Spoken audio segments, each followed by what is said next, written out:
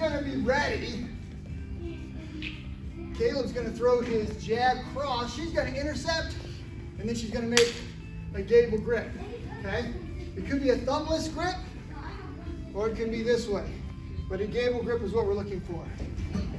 When you're ready, Caleb, then make the jab cross.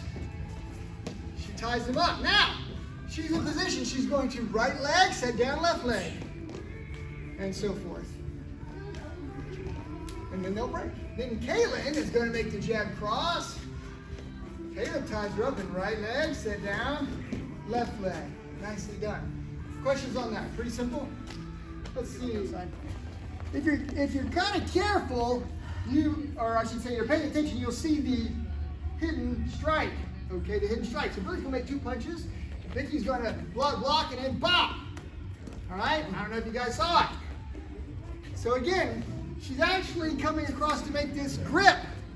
But she's hitting with the inside of the hand here, and it's just a nice shot on the nerve junction there. It's the brachial plexus stun if you're a police officer, right?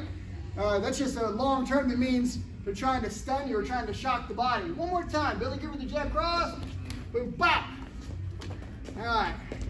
And then she gets the hands in place. She pulls hard. Any questions on making this as kind of a strike? Straight across the side of the neck. It's not like you're trying to, hit him with a wide shot. It's subtle, but it has an effect, right? When you get hit with that first one, you're gonna blink, and before you're done blinking, they're gonna have you and they're gonna start hitting you, okay?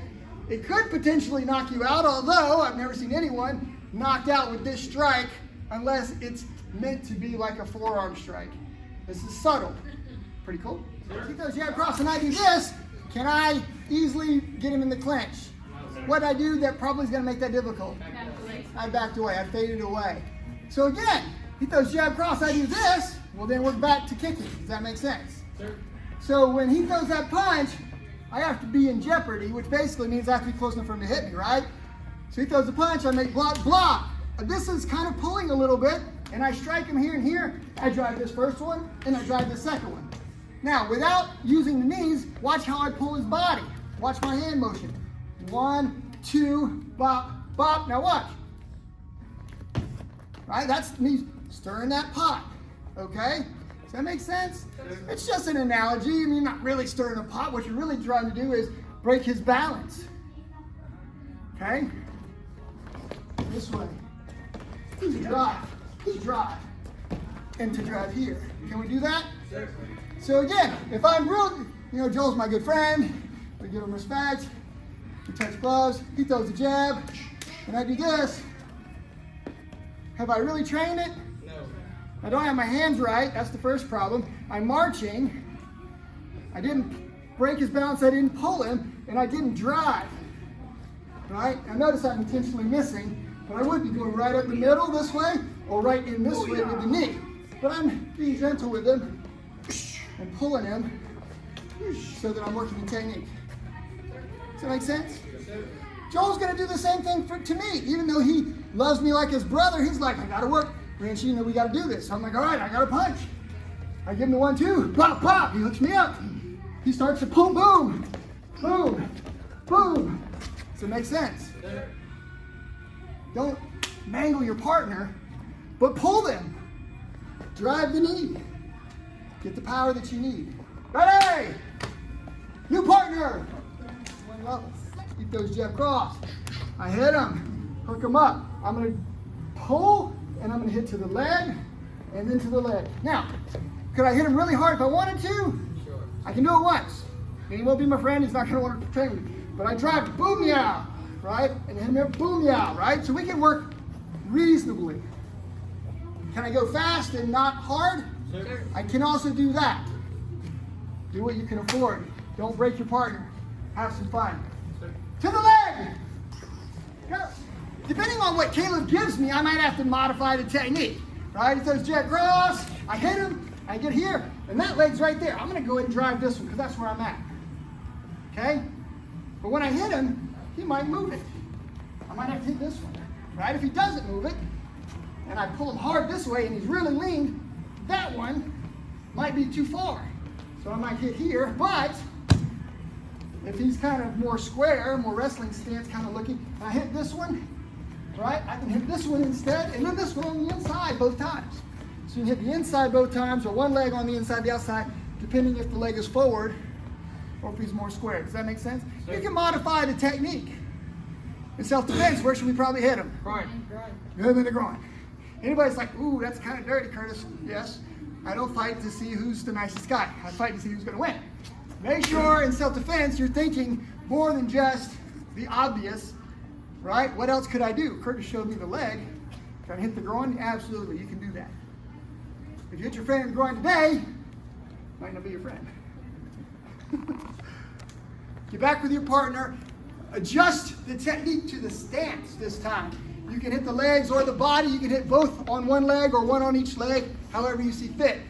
Get the best target. Go. Let's talk to defense, right? I'm the puncher, right?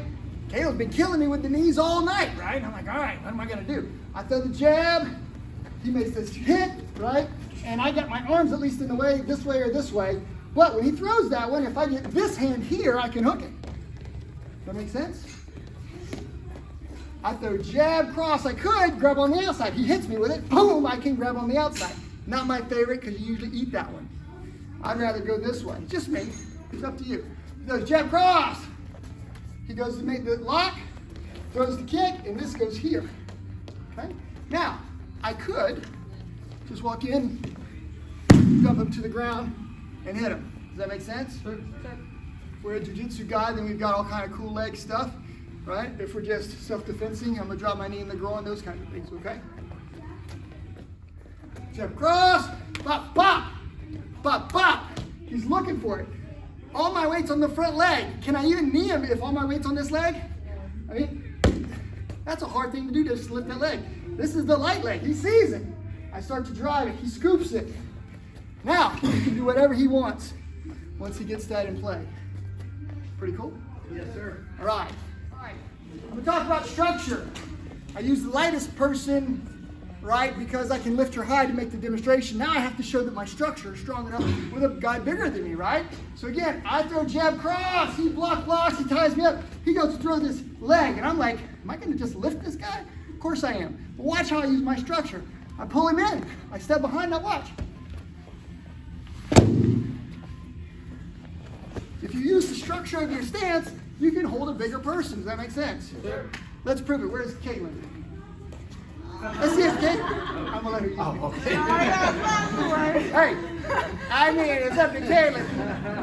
All right, so Caitlin's 120. I'm 180-ish. Feeling a little lean. I might be 179. Right? She throws jab cross. I hit. I go to throw. She scoops.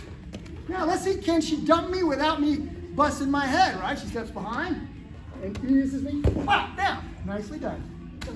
So again, you can throw a larger person stepping in here and they're kind of resting on your legs. Kind of like a squat, right? Pretty cool? All right. I throw a jab cross, he makes a tie up, he does, and I do this one, right? It's a little bit different. You guys are trying to do all kinds of stuff. If I sweep this leg, it's probably gonna get me right in the groin. I can still throw him, but I have to be able to know what I'm doing. Does that make sense? Who thinks that will work? That'll work. So I throw jab cross, he hooks me up, and I scoot this way. Now I have options. Option number one is what we call the outer reap. Right? I scoop him up, lift.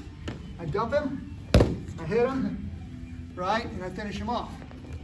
Option number two, jab cross. I throw jab cross and he catches me up, I hit here. I don't have to go this way, right? I can do tree topper. Dump him this way, head first. So Kylie did tree topper. A lot of the other guys did outer reap. Both of those are good. Pretty cool? Here's what I don't want you to do. I throw jab cross, he makes lock, and I hook him up. And I try to stay far away from him, and I try to lift him like this. Right? Watch the space disappear. Right?